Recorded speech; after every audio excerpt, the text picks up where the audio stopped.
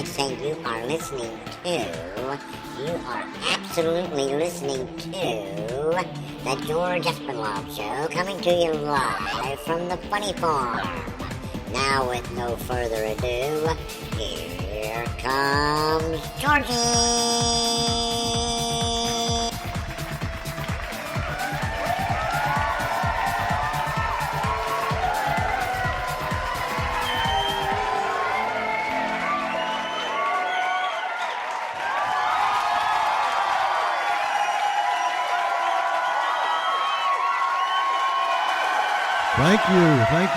Thank you. Yeah. Yippee. Yay me. Wow. You're a rowdy bunch tonight. That's for sure. It's Thursday night.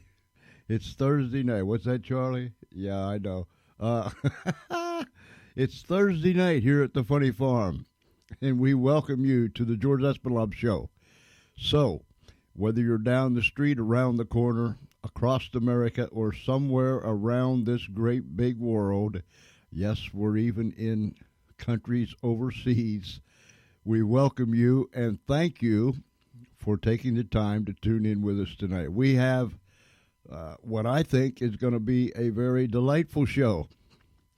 I'm going to take you back some 11 years to an event that happened in my life that left an indelible mark in the recesses of my mind. As you know, the Funny Farm has two goals in mind. One is to bring a smile to your face, especially as we go through this, whatever it's called, difficult time, where many of us are shut down, shut in, locked up, whatever you want to call it. And we can't move about as we normally do. And so I hope that we can bring a smile to your face. And if we can make you laugh, oh, we'll be so happy. And our last goal, our second goal, is to make you just as goofy. Make you just as goofy as the rest of us. Now, these people around here, they'll laugh after they laugh because they've already laughed. And while they're laughing, they'll laugh. You see what I mean? But anyhow, I hope that you have had a great day. It is just a hair after 8 p.m. Eastern Daylight Time here on the East Coast. And so I guess that would make it a hair after 5 p.m. on the West Coast. And then everybody can do the math from where you're at in whatever time zone you are across this great country and around the world. I do want you to send some emails to us. We've received several this week. Do this. George C.E., that's George C.E. at Comcast.net. George C.E. at Comcast.net. And as I say, each and every show, or most each and every show, we will be sure to answer you, as we have done, as we are doing, and as we will continue to do. Charlie is to my left. He's got his earphones on. He's sitting there up on his stool, his perch, whatever you want to call it, running the board. And I appreciate Charlie. Charlie has been my sidekick for a lot of years on the radio. Excuse me. And he is forever at my side. And I think we ought to just give Charlie a great big shout out from everyone here at the Funny Farm that's out there on the dance floor and those that are on the outside watching and listening on the monitors. What do you think we give Charlie tonight? How about it?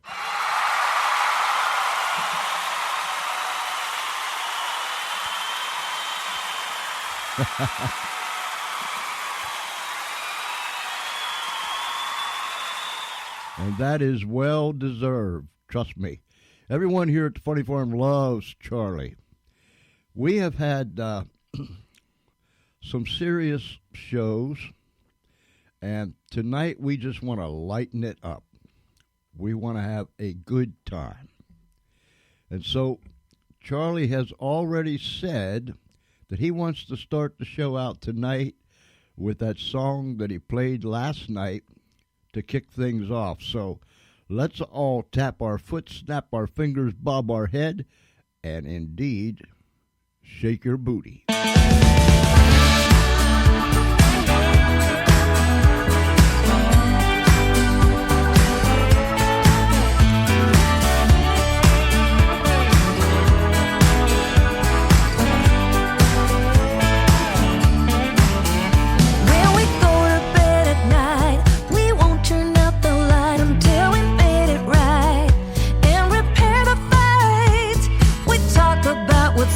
Not afraid to bring it up. We laugh when times are rough.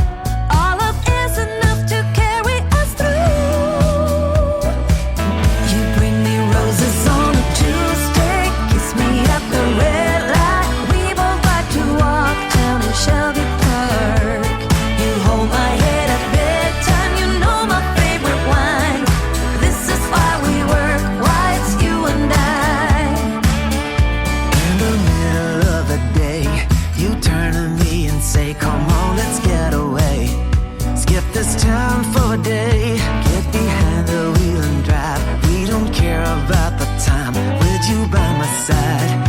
I don't need to hide, I feel alive. You bring me coffee in the morning, posted with a love note. We both like to take it on a Sunday night. You know just when to kiss me. You know I don't like whiskey.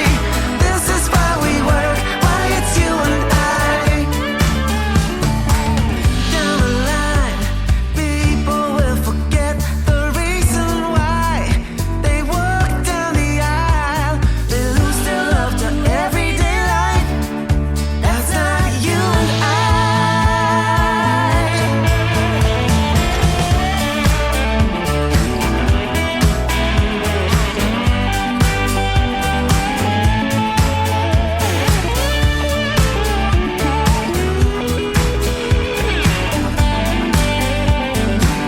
You bring me roses on a Tuesday, kiss me at the red light. We both like to walk down in Shelby Park. You hold my hand at bedtime. You know my favorite wine. This is why we work. Why it's you and I. You bring me coffee in the morning, posted with a love note. We both like to take it on a Sunday night. You know just when to kiss me. You know I don't like whiskey. This is why we work. Why it's you and I. Dancing in the moonlight. Girl, you bring the sun out. This is why we work. Why it's you and I.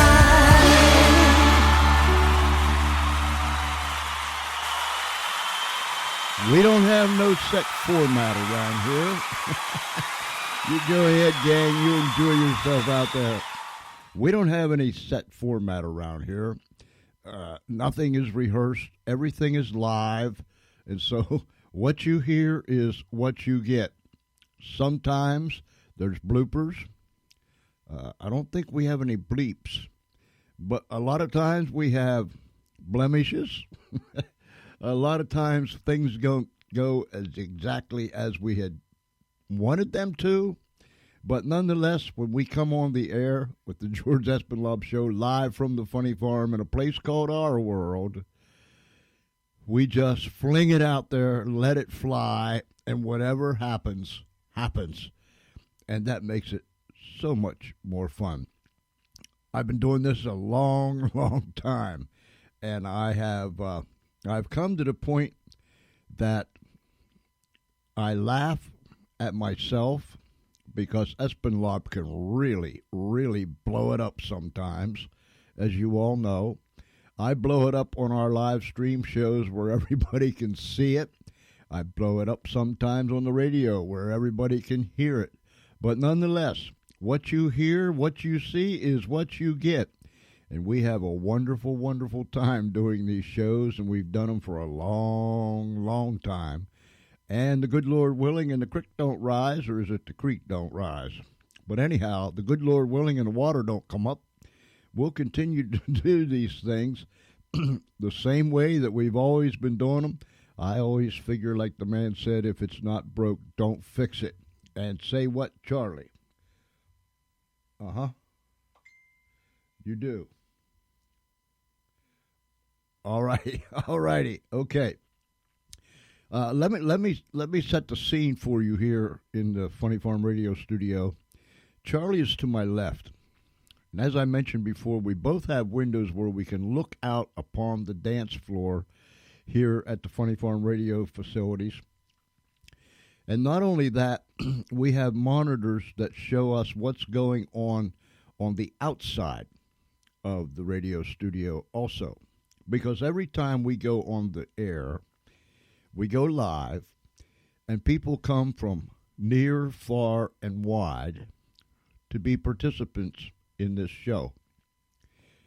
We have a host of people here at the Funny Farm. We even have, if you don't already know, we even have our own airport. Yes, people fly in and fly out. Although I must say, there are many more that flies in than flies out. For some reason, people just find themselves here at the Funny Farm, and they don't like to leave. And we have also found out over the years that those that have flown out, it's not too long until they come back, because there's just something that comes down over you. Once you've been here, you'll never be the same. Never be the same again. But anyhow,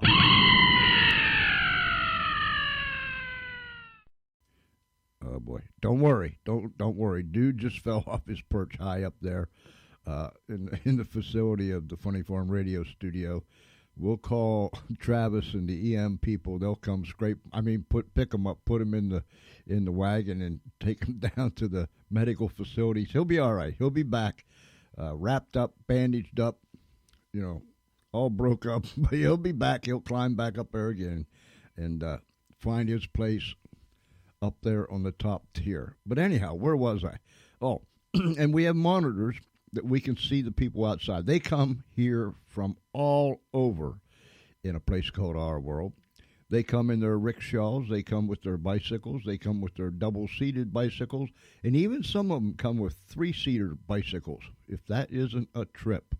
Once everybody gets in sync with that pedal and stuff, you know what I'm saying? They can mosey along pretty good.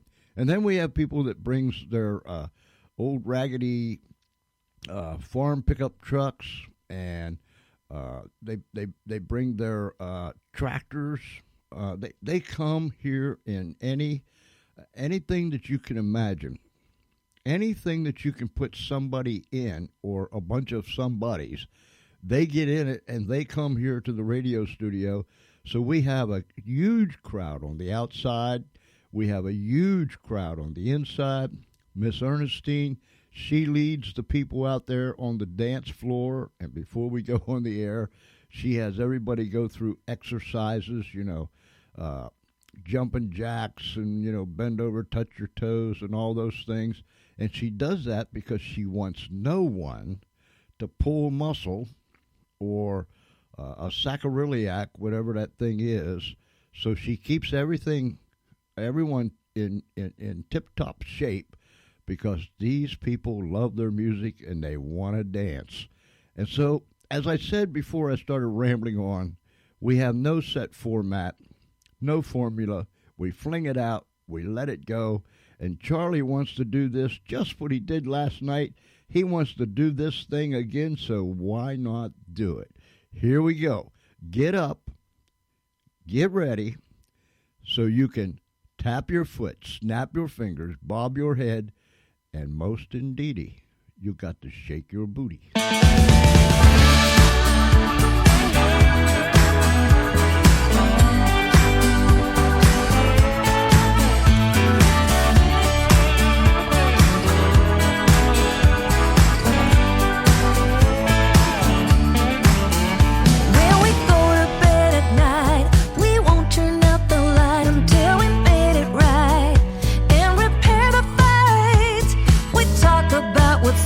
Not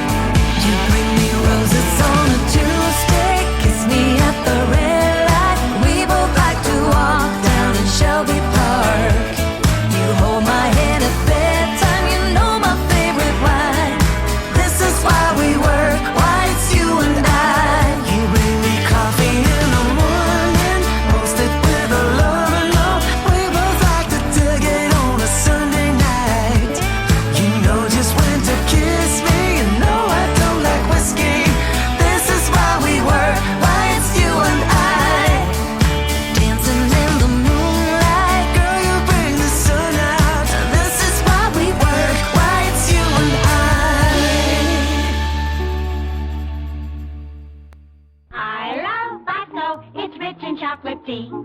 Chocolate flavored Bosco is mighty good for me. Mama puts it in my milk for extra energy. Bosco gives me iron and sunshine vitamin D. Oh, I love Bosco. That's the drink for me. And me too. Me too.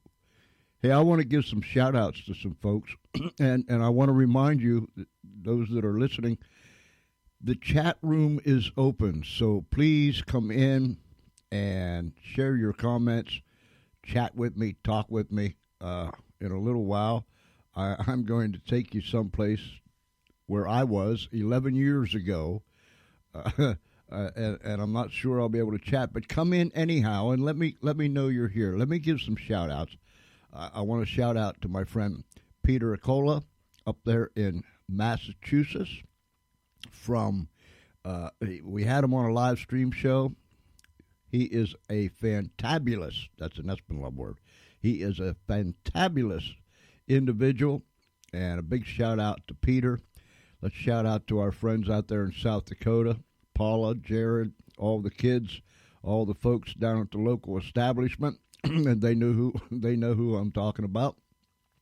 Want to shout out to my friend Cassandra down in Arkansas, my friend John down in Arkansas, my buddy Mike in Arkansas. My goodness, my friend Mike Velarde, who is running for a U.S. Congress seat in the great state of Florida.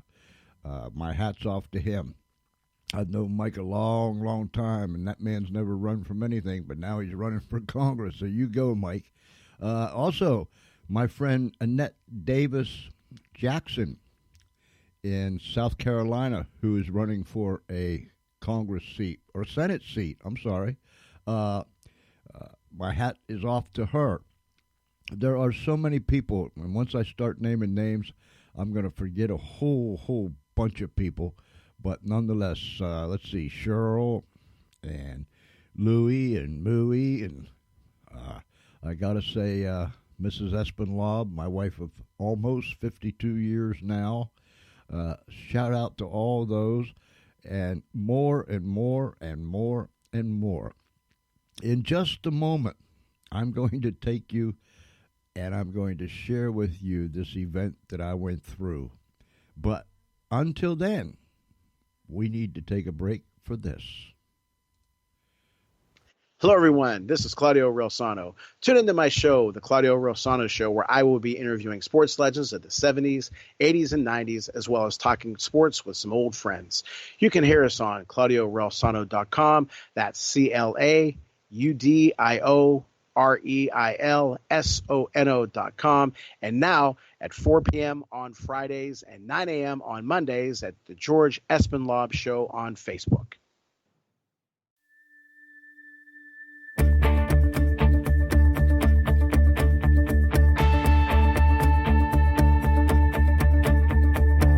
Went for a walk with the stars last night.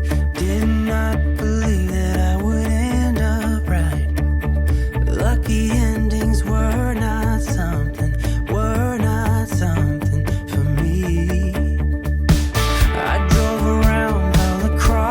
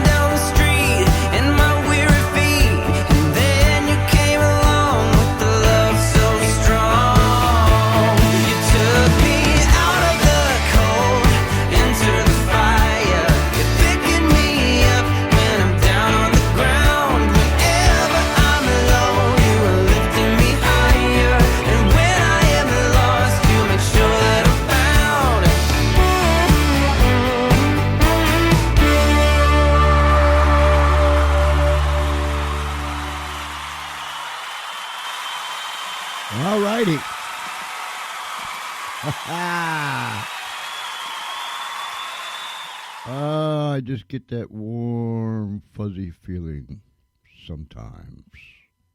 Sometimes? No, Espenlaub, don't sing.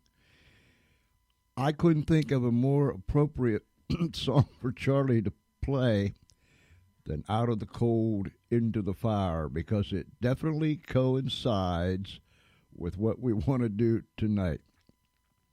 I'm going to take you, if I can. This is the only time I get to push the buttons around here. This is the only time. Charlie runs all the music and everything else off of the board. Something like this, I get to push some buttons. And so if I blow something up, just bear with me. If I lose my place, I'll try to find it. If I can't, we'll do something else. But I want to take you to the Espenblog. I mentioned it, or I mention it all the time.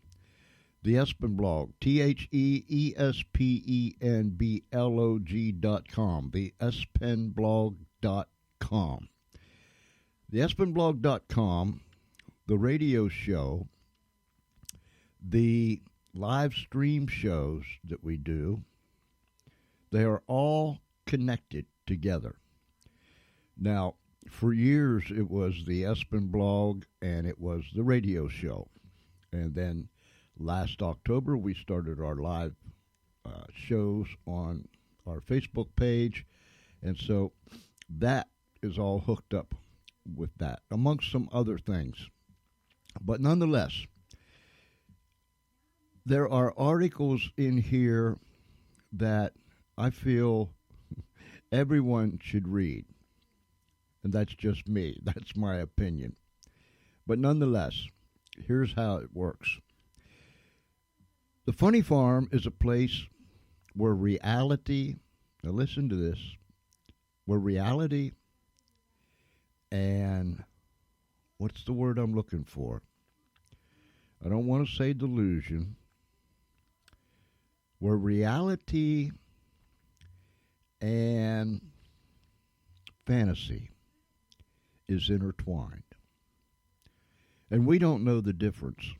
We don't know the difference between reality and fantasy here at the Funny Farm.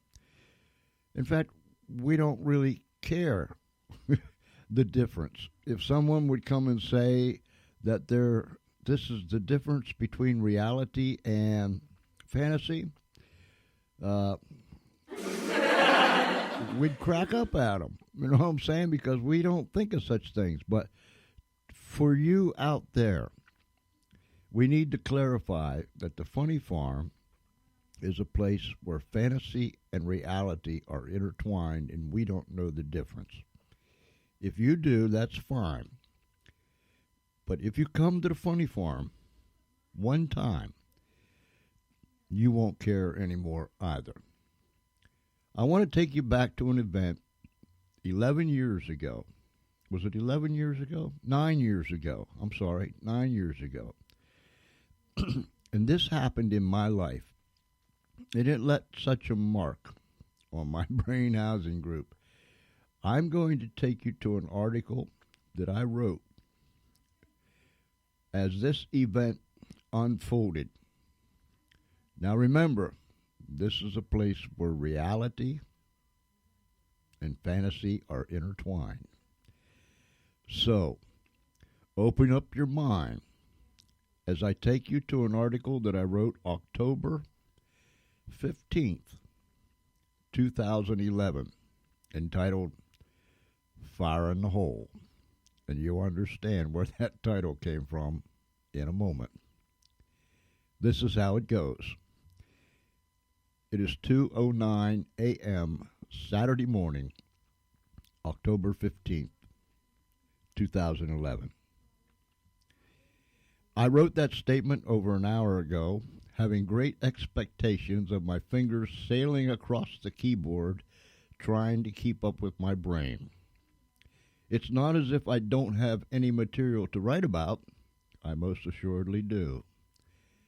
I've spent the last several days preparing to write this article, only to find myself stuck at the beginning. So I sit here, watching the blinking doodad on my screen while I become more frustrated, which makes me aggravated to the point I get agitated. I hate when this happens. In times like these, I need more coffee pumped into my system. I'll be back in a minute. Well, maybe not a minute, but I'll be back as quick as I can. I'm back, and it is now 4 a.m. When is the last time you set yourself down in a quiet place, not worrying about what you had to do or where you had to be? Once there, you close your eyes and allow your mind to drift back to days gone by. I do that very thing quite often, and more times than not, I'm amazed by where my mind takes me. In order for this adventure to work, you must allow your mind to go where it wants to go. Don't try to steer the vehicle. Get in, sit down, be quiet, and enjoy the ride. There are times that I don't go very far, but there are other times that I end up way back there. I can see some of you shaking your head in disbelief, while I hear others saying, "This character has fallen out of the wheelbarrow and bumped his head." How did you know that that happened to me? After the radio show the other day, now remember this was back in 2011, I find myself walking the grounds of the funny farm. Like always, the birds were singing, the grass was green, the sun was shining, and I was happy as a lark. I found my favorite place, sat down in the grass, leaned against the big oak tree, closed my eyes, and drifted away. I went back some 25 years or more and relived a very unpleasant occurrence. I can laugh about it now, but believe me, I wasn't laughing while it was taking place.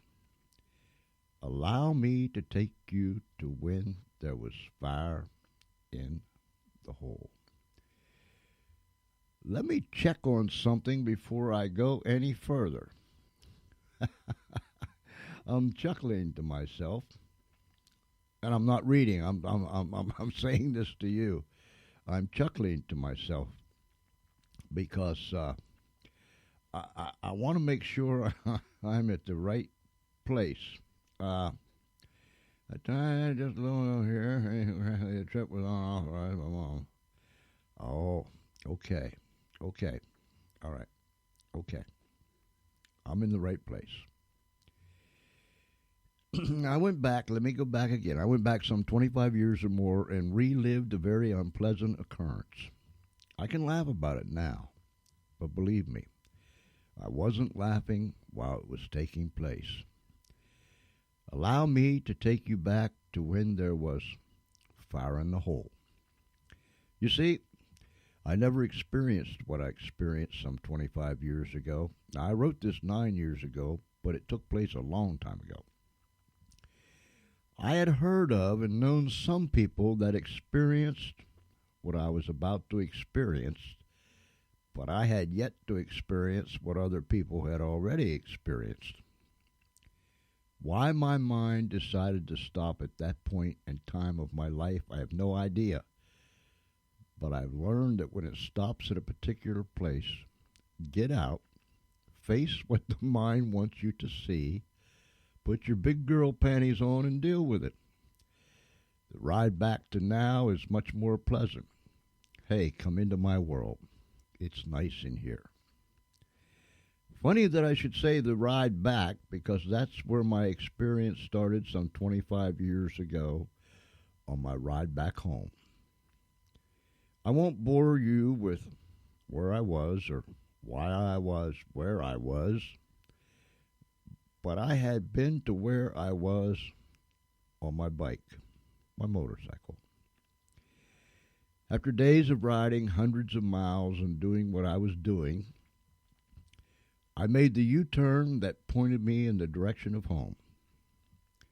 It was the day before that I made that turn that I began to experience what turned out to be a very unpleasant experience. Riding as far as I did, one could expect to get somewhat stiff and even sore in some certain spots. That's why you should stop and rest, walk around, stretch your aching bones periodically, which is exactly what I had been doing, but yet after doing what I was supposed to be doing, there was something developing that didn't feel quite right. I noticed that I couldn't ride as far without stopping. That in and of itself wasn't a big deal because I was tired, very tired. The real problem was that it was becoming harder to get off the bike when I did stop, and even harder to get back on again. Once off the bike, it became difficult to walk, and I wasn't comfortable when I sit down, no matter what I was sitting on. I knew what it was because Jake kept screaming in my ear. Oh, yeah. Jake is the little guy that sits on my shoulder and talks to me. I was beginning to experience what others had told me they had experienced. Little did I know that what I was experiencing at the time was nothing as to what I would be experiencing later on. Jake let me know that he had experienced what I was beginning to experience, and the fact that I knew he was right made me mad. I didn't want, nor did I need this experience. Not now, not ever. But I was beginning to experience this unpleasant occurrence nonetheless. By now, I was one hurting puppy, still a long way from home. Neither Jake nor I had said the words, but I had enough sense to understand that if I never said the word, I still had what that word was. I had all the symptoms such as itchiness, pain, burning, and the awful feeling that something huge was where something huge shouldn't be. I had me a case of hemorrhoids. And we'll be back right after this. The Swinging 60s. The Swinging 60s. The Swinging 60s. The Swinging 60s. The Swinging 60s Show with Harry Burt on Spreaker.com. Hey, this is Harry over here in Ireland. Welcome you to the Swinging 60s Show. Sunday evenings, 2000 hours GMT. I will play Beatles, Kinks, Beach Boys, Carpenters, Elvery Brothers, lots of classic oldies. We have quizzes. We have all things going on here. So Google the Swinging 60s Show. Be heard. Come into the chat room. And visit my friend Harry over there in Northern Ireland. He puts on a tremendous show for sure. Cheryl's in the chat room, and hello to you, Cheryl. Now, let me take you back to where I just was. Here we go. Back again. Let me read the last sentence to you. I had me a case of the hemorrhoids. I found myself in a dilemma that was becoming more unbearable as time went on. I not only had hemorrhoids, but those bad boys were angry. You can say what you want, but I heard them growling, snarling, and even being downright nasty with one another. On top of all this, I would see people staring at me. I must have had an anguished look on my face. Or was it the way I was walking? Or the way I was sitting? Here I was, hot and tired, hundreds of miles from home, looking uglier than usual, with those big bad boys back there causing me pain and misery. Just a little side note here. If I remember correctly, this trip was unauthorized by my mom. When you have a gang of angry hemorrhoids working on you, and my mom is back at the farm waiting to work on you, you had a real problem. Having one of those two would require medical attention, but to deal with both causes you to look at death as a friend. Things weren't going to get better anytime soon. And then I wrote this. I'll be back. Excuse me. I'll be back later to continue with Fire in the Hole, as there's much more to share with you. In the meantime, I have to go check on the clients, take my nut pill, get Charlie ready for the radio show today, and see if Travis will fix those squeaky doors. Thanks for stopping by. Tell all your friends and neighbors to drop in, leave some comments, ask some questions. Hey, when you leave a comment or ask a question, let us know where you're from. Don't forget to listen to the radio show while you're reading the articles. We'll be on the air again today. We'll be announcing the time, so check in often. That was part one of Fire in the Hole. I'm going to see if I can get to part two. I don't believe there's any way I can possibly finish this tonight. I'm going to see if I can get to part two. Okay, there's Fire in the Hole, Fire in the Hole. Let me take you to part two and read a portion of it real quick.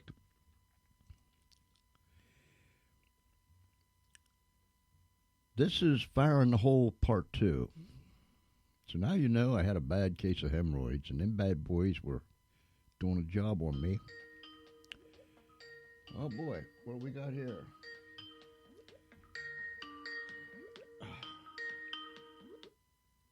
Well, let me see here. Give me just a second. We have a call in. You never know what's going to happen around here. Charlie, get me hooked up here. All right. Come on. Come on. I don't have all day. Gertrude, is that you? Well, Pops, who do you think it is? Who knows everything that's going on at all times on the farm? Yes, I should have known better. I saw the lights on, Papa. I knew you and Charlie was up there. Well, I just wanted to make sure you weren't up to no good. Well, Gertrude, here's what we're doing tonight.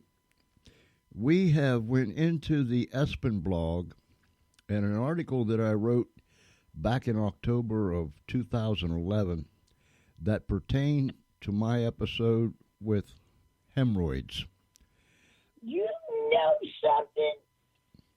I was talking to your wife just a couple months ago, and we laughed ourselves silly. Thinking about how bad you was hurting and how she just let you go. Oh yeah. It wasn't pretty. Yeah, I can still remember it to this day. That was a fun time. 2011 was a good year. There. Yeah. Well, but that's. Let me ask you. But wait a minute, Gertrude. Let me get you straight on the time frame here. In 2011, I wrote the article. The article that I wrote about happened 25 years before that. So just Are you sure it was 25? somewhere around 25 years before I ever wrote the article, yes. Because I know exactly what happened, how it happened, when it happened, why it happened, and all those other things. You know what I'm saying? And I also know that Mama had no sympathy. I know that You know I know that my mom had a delightful time in my suffering. Exactly. But nonetheless, Mm-hmm. I just Now look, yes. what takes you out in about during this Cobra virus? Oh, no. Gertrude, you're down there on your farm, and Yes, everybody's fine here at the funny farm. Everyone. that doesn't matter. The law says mask up. But, Gertrude, you're forgetting We live in our world, and our world is different from the real world. Here, You mean to tell me all this time I've been running around the house with a mask on for no reason? yes, yes, yes. And here I was, thought I was doing a lick of good. But you know what? Them cobras are going to get you anyhow. They're vicious. Not the cobras. It's The cobra virus. it's not the Gertrude. It's not the cobra virus. It's a cobra virus. That's what I was told. You know, Gertrude. President Trump said it was the COVID. Cobra. Gertrude, Isn't that his name, Trump? President Trump? No, not President Trump. President Trump. I think I have a problem with my R's. With your what? With my R's. You mean your ears? My R's. Gertrude, you've been here at the Funny Farm a long time. Now, you should know that in our world, it's a lot safer here than it is out there. Yeah. That's what they said about the swine flu. They tried to take my swine. You have that pig farm down there where you raise all them piglets and Exactly. piggies and stuff. Don't mess with my piglets. Yeah, well, I know that, but anyhow, Well, first it was the swine, now it's cobras. What's next? not cobras. Elephantitis? Elephantitis? I don't know. Yes, is that next? It's hard to tell what will happen in the real world. I just don't know. I can't take it, Pops. Oh, It makes my head hurt. Oh, Gertrude. Listen, just as you was calling, I had finished part 1 of Fire in the Hole, and I was beginning to get into part 2. I've wondered why I haven't seen you here at the radio studio. I've been hibernating. Isn't that what you're supposed to do for the cobras? Gertrude, this is the Funny Farm. You've lived here for years and years and years and years. You know this place here is different. How many times do I have to tell you? Let me tell you, Popsy, I know it's different. That's why I like it here. But I don't like the cobras. There's no cobras here. Not in our world. Well, you know what? I am just going to take that mask off, and I am going outside and swing that mask around, and I am going to get it down. Well, shake it, boogie boogie. Here's what I want you to do, Gertrude. You go outside and you fling that thing away, and then you hobble, stumble, however you can get up here, and you get out here on the dance floor with Miss Ernestine and Harvey and all the other gang members, and you just cut up a rug and just have a good time. How about that? Do they have masks? No, they don't have masks. You keep forgetting. Are they 6 feet apart? No, this is the Funny Farm. That's the length of the cobra, you know. No, no, it's not the length of the cobra. So you have to be 6 feet apart.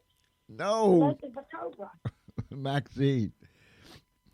This is. Maxine, I mean, Gertrude, you got me as confused as you are. you're talking about my sister. Now keep my sister out of this. All right. So We're talking about me. are you going to come up here to the Funny Farm radio studio and No, dance? No, I'm going to stay right where I'm at, and I'm going to shake it. What is it? What do they say? Shake a.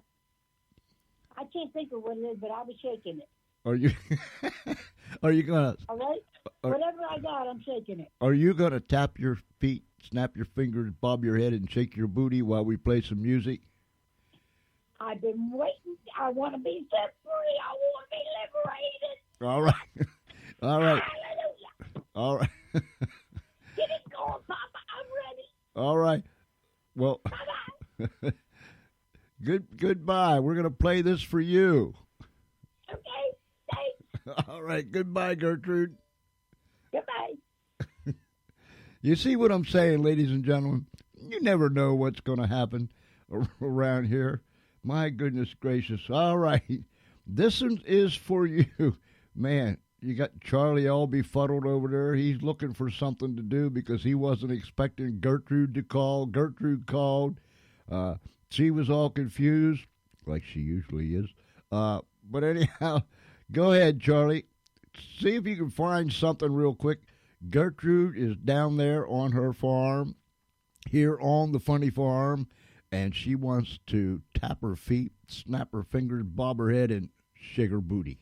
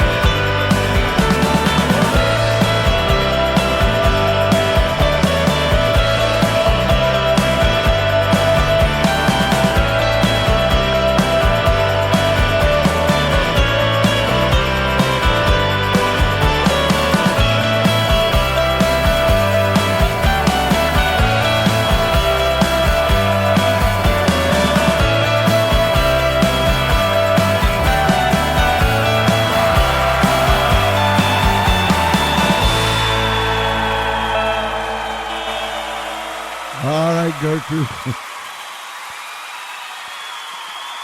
That was your liberation music. Oh, my, oh, my. She threw it off, and she was out there doing her thing. What'd somebody say here in the chat room? Oh, that Gertrude is a real pip. You got that right. Wow. She's a pip, all right. Wow. My goodness gracious. She took us by surprise. I told you, you never know what's going to happen around here when we go live. Let me take you back, if I hit the right buttons here. It's the only time I'm allowed to. Let me take you back to Fire in the Hole Part 2. And we'll do this Part 2 and there's much more. I won't be I won't be able to finish this tonight. Fire in the Hole, Part 2. An article I wrote back in October of 2011 about an event that took place some 20 to 25 years before I ever wrote it. Grandma Strayer used to say, "There's nothing worse than a toothache or an earache." As I was endeavoring to throw my leg over the seat so I could continue on down the road, Grandma's words kept bouncing around in my head. I was becoming increasingly angry as my pain elevated to about a 14. I know the pain chart goes to 10, but these bad boys that were behind me were taking pain and agony to a whole new level. After gritting my teeth, scrunching up my face, and holding my breath, I was finally able to mount the bike. As I lowered my butt onto the seat, I let out a whimper, or maybe it was more like a whelp. Apparently, Grandma Strayer never had hemorrhoids, or she wouldn't have put teeth and ears as being the most horrible. As I started the bike and rode off, I realized that I was mad at Grandma, of all people. She had passed away years before, and here I was getting mad at her for making a statement. I still say Grandma never had hemorrhoids.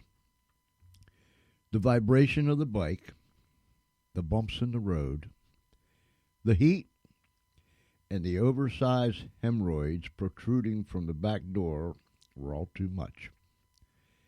It felt like I was sitting on hundreds of big, red, hot ball bearings with barbs on them. These animals throbbed. No, they pounded like someone beating on drums. These uninvited creatures that attack from within, or from without, or from wherever they come from, had no mercy. They arrived on the doorstep with the intention of inflicting as much pain as possible. The hemorrhoids are angry when they arrive. They become angrier after they're here for a while. And even angrier when they realize that you realize they are angry. Of course, if you were a hemorrhoid, you would be angry too. I'm convinced that Grandma never had hemorrhoids. Every part of my body was in pain as I rode down the highway. The pain that was emanating from behind even caused my face to hurt. Yes, that's right. My face hurt due to the fact that it had been scrunched up in the scrunched up mode since the beginning of the attack. It could do nothing but stay scrunched up tight, which caused it to hurt. Every nerve ending in my body was standing at attention because of the rear attack by these creatures. I had no choice but to press on despite the war that was raging. I'm positive that Grandma never had hemorrhoids. I lost all track of time as I motored my way home. I felt as if I was on a treadmill. My mind would wander. My body cried out for relief, and the traffic around me was nothing but a blur.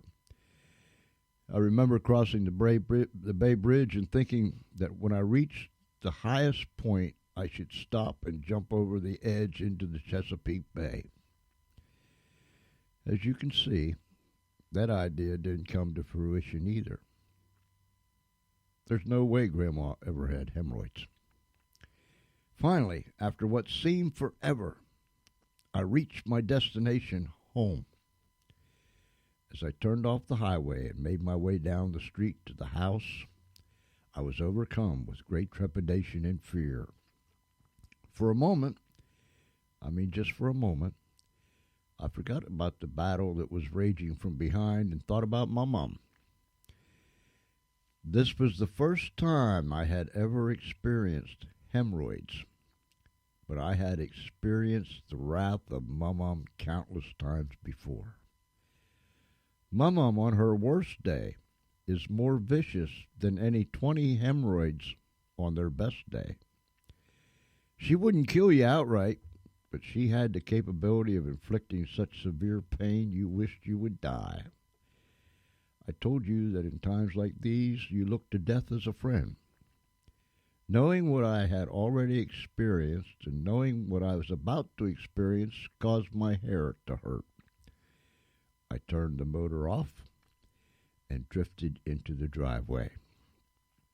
I sat there in the dark hoping that my mom hadn't heard me. It was a beautiful evening outside, the fact that my body was wrapped in pain. My mom was going to inflict even more pain, and I couldn't get off the bike. You may be thinking that when my mom realized the condition I was in, she would show some compassion and understanding. The only compassion that my mom was going to show was to stop just short of killing me. And the only understanding that would be displayed would be to make me understand that she wasn't the least bit understanding. So there I sat in the dark, in pain, trembling in fear, and wishing that lightning would strike me. Did I mention that it was a beautiful night? You bet your booty that Grandma never had hemorrhoids. And then I finished with part 2 saying this: our goal at the Espenlaub is to make you as crazy as the rest of us. How we doing? I'll be back with part 3 of Fire in the Hole. Thanks for your support. Hey, as you read this article, I wonder if you're reading it standing up. Get my drift? That's part 2. Oh, my. I'm not going to go any further tonight with Fire in the Hole. But here's what I want you to do. For you that are listening, tell somebody about it. Tell somebody that Fire in the Hole will be on again tomorrow evening at 8 p.m. Eastern Daylight Time. It gets even stranger and even more crueler as the account goes on. So make sure that you tune in tomorrow night. Wow. In the meantime, thank you for taking the time to be with us. And remember, part 3 of Fire in the Hole tomorrow night. Thank you, everybody. Wow. Don't ask me where this all came from, but like some other things that have happened in my life, it just hit me, it just struck me that perhaps we should go into the Espenblog and read some of those exciting things that's in there. I do want to encourage you, go to the Espenblog.com, the Espenblog, TheEspenblog.com, and you can read not only that, but you can read the writings of our other writers, okay, I'll get it right. You can read what everyone else has written also. It's an exciting, thrilling, but look, hang on to your seat when you go in there because everything isn't serious. And you can go read Fire in the Hole for yourself. But if you don't, we'll be back tomorrow night, 8 p.m. Eastern Daylight Time, and we'll take you further into our adventure. Thank you for tuning in tonight, whether you're down the street, around the corner, across America, or somewhere around this great big world. I trust and pray that you'll be kind one to another, help one another, and please, don't ever be afraid to tell someone that you love them. It could possibly save a life. And so, until next time, I pray that God will keep you right in the center of His hand. Good night, everybody.